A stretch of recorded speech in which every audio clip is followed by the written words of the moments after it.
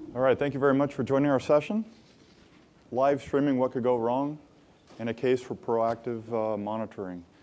So as was said earlier, streaming, it's easy, right? Especially for live.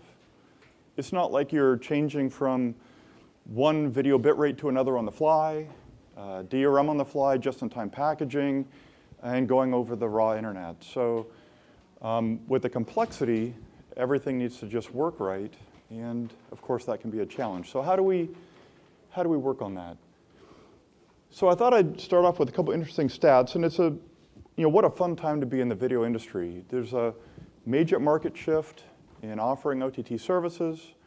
There's an opportunity for personalization, and we not only as being in the video industry, we can also consume our own products and eat our own dog food. And so if we do a good job, we'll have services that we can enjoy.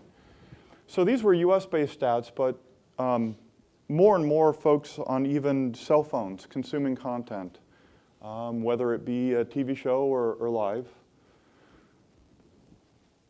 By the end of 2021, the majority of people using OTT services, them showing stats and predictions of 164 million. And OTT is expected to grow to 20% of the entire video industry. Now, whether that really happens this year or not, the main message here is that clearly streaming is growing. It's growing fast. And one of the points I'd like to make is that a lot of that growth initiated from VOD services, such as Netflix and Amazon and Hulu and things like that, and the usage of wireless devices and wanting to watch the ball game when you're out somewhere or watch a TV show when you're remote. But really, live streaming can back into the success of VOD services. And as customers get used to VOD services and they're used to pulling up an application and watching video, so too will they look to transition their live content from traditional cable to live streaming services. So how do we get mass adoption when it comes to live streaming? And I thought it would be interesting to kind of look back a little bit. And if you look back 15, 20 years ago into voice over IP streaming, well, early on, voice streaming, it was so you could contact a relative in a distant country without having to pay international long distance charges. So you have family in India or some other remote site, it's okay if the quality was bad. It was worth doing anyway. Or you were a teenager on a laptop and you were doing some social networking and you could talk to folks whether the quality was good or not. But when voice over IP was first starting, the thought was, hey, folks aren't going to replace their phone at home. You got to have dial tone all the time, right? That's not going to happen. And it's definitely not going to happen for business. It doesn't have the level of quality. It's not going to get there. Well, over time, internet speeds got faster, quality got better, reliability got there. And so with the variety of features, the quality and the reliability and price, voice transitioned to IP streaming. Well, likewise for music, of course, initially you could download a song, put it on your iPod, something like that. Well, over time, streaming over internet as well has become prime time. So likewise, I'd suggest for live TV, the VOD services have been very successful. Live TV will follow, it's just a matter of time. But to get mass adoption, customers are going to expect similar reliability and quality to what they currently have on television and what they expect for those services. And so kind of, how do we get there? How do we enable things to work at the level customers expect so they'll transition their live television over to streaming as well? So I thought it'd be interesting to look at some of the benefits, and some of the benefits here might be more for the operator, but ultimately those benefits translate to customers and services they get. But clearly in doing cloud-based streaming, things like time to market, well, traditional cable and rolling something out, potentially hundreds of millions of dollars, thousands of employees, POP facilities, hardware, power, all of this kind of stuff. And maybe bringing out a new services in days, but it's clearly a much, much faster on the cloud and streaming than it was in traditional cable.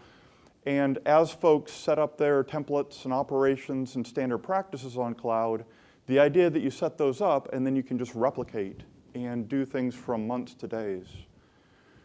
Evolve with market changes. As you purchased hardware for a cable plant, of course you were forward-looking. You wanted to make sure it lasted 3 to 5 years. You had additional options in that hardware. But one nice thing is on cloud, as technology changes, as the software capabilities change, you can migrate from one to another. It's not rigid. It's very flexible.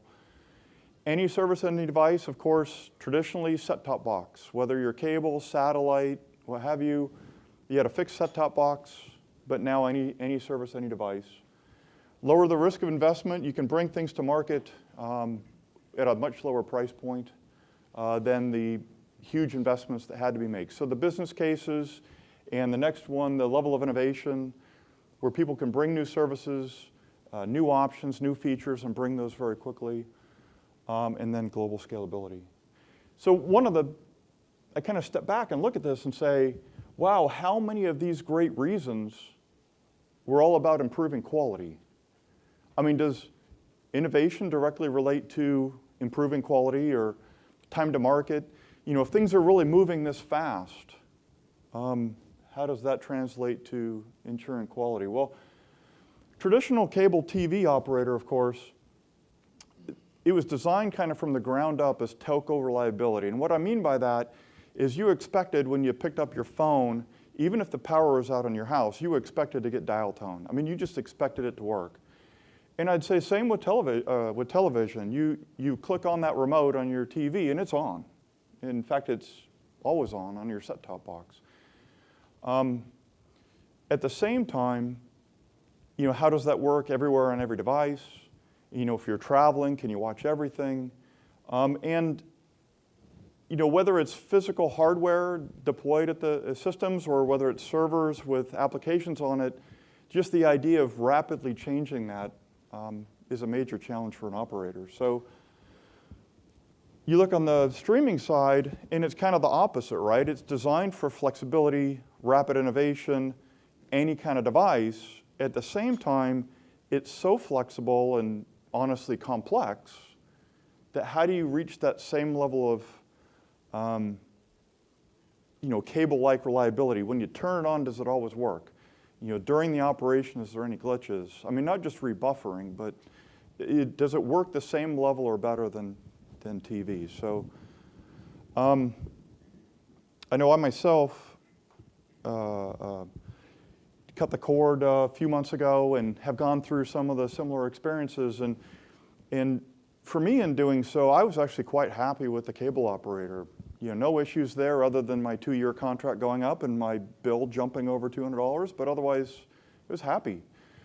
But I had a couple things. One, in a lot of us travel, and as you travel, I'm a sports fan, and I wanted to watch my local games remotely, either live, rewind, do whatever I wanted, and I couldn't get that from my traditional cable.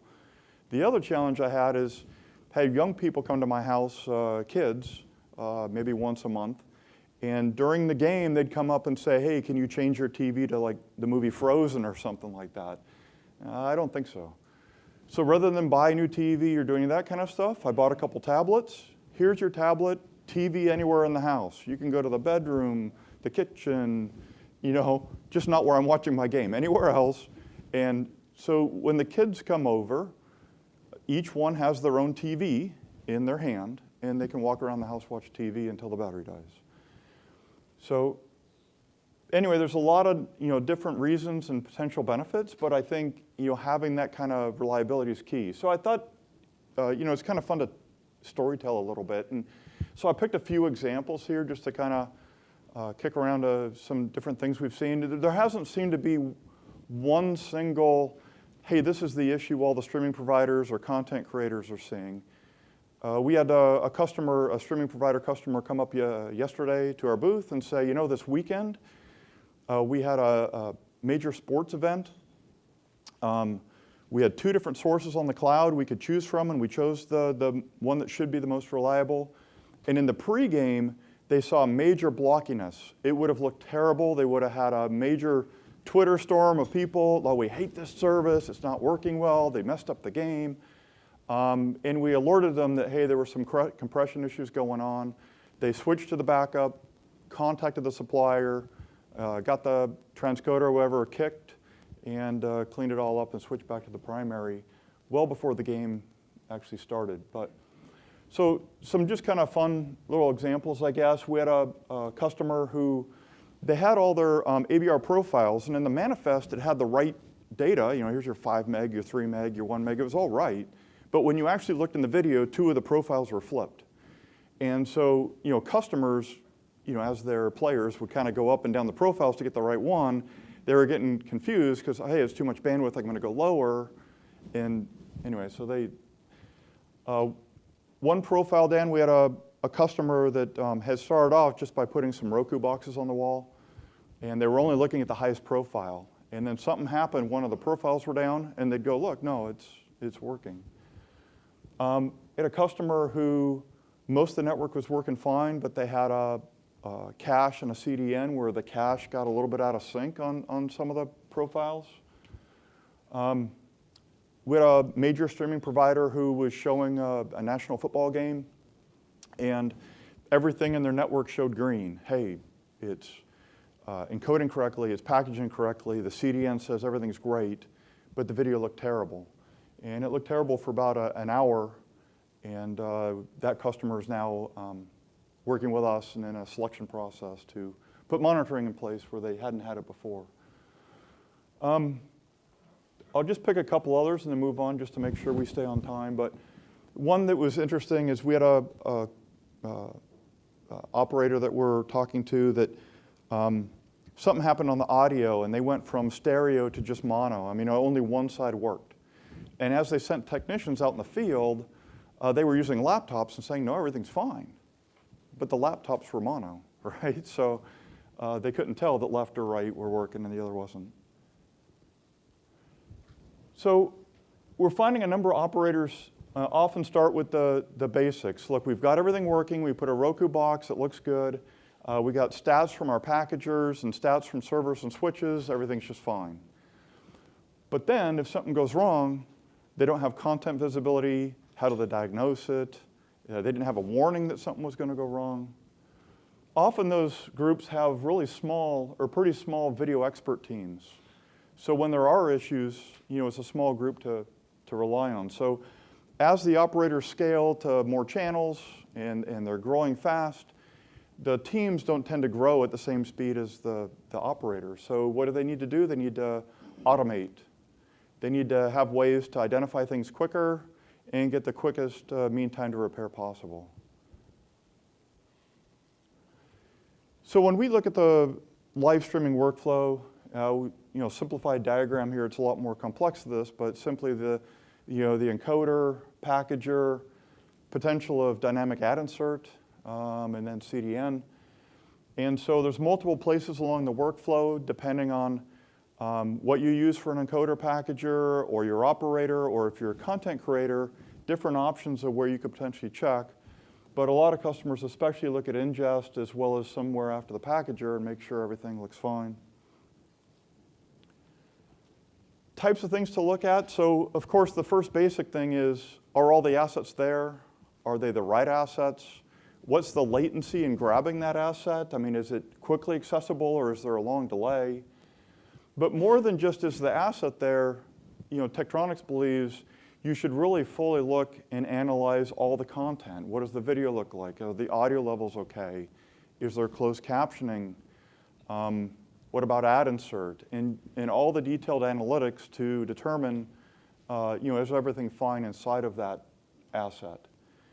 So once you put that in place, then it provides the diagnostics. So if there is something going wrong, hopefully you found out before your customer, but if not, you've got the diagnostic tools to find it quickly.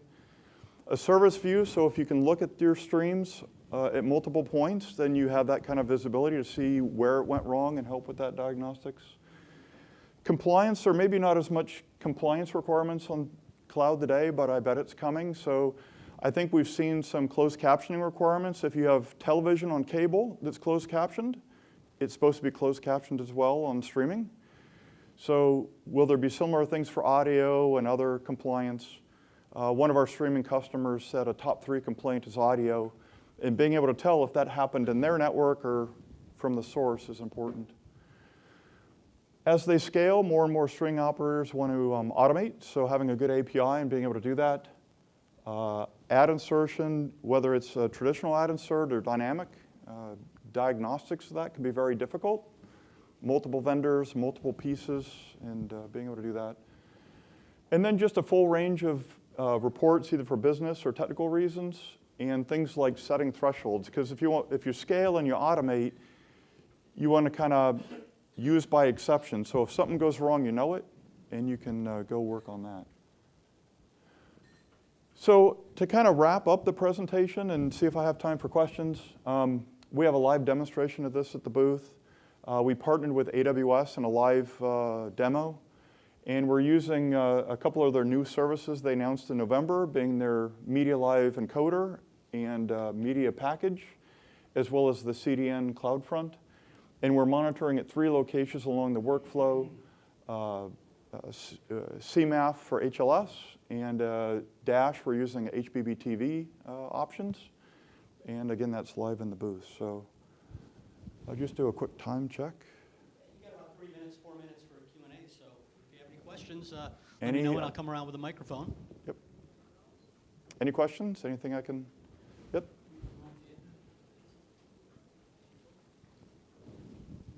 I have a couple of questions.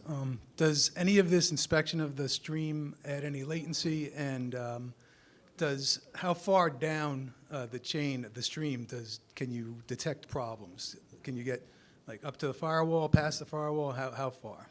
Yes, a great question. Thanks. So, and the question was, you were on mic. Everyone can hear, I guess. You know, it doesn't add any latency because we're monitoring the streams themselves. You know, separate from the workflow. And so if we're out at the ABR, like post-packager CDN level, we just look like users.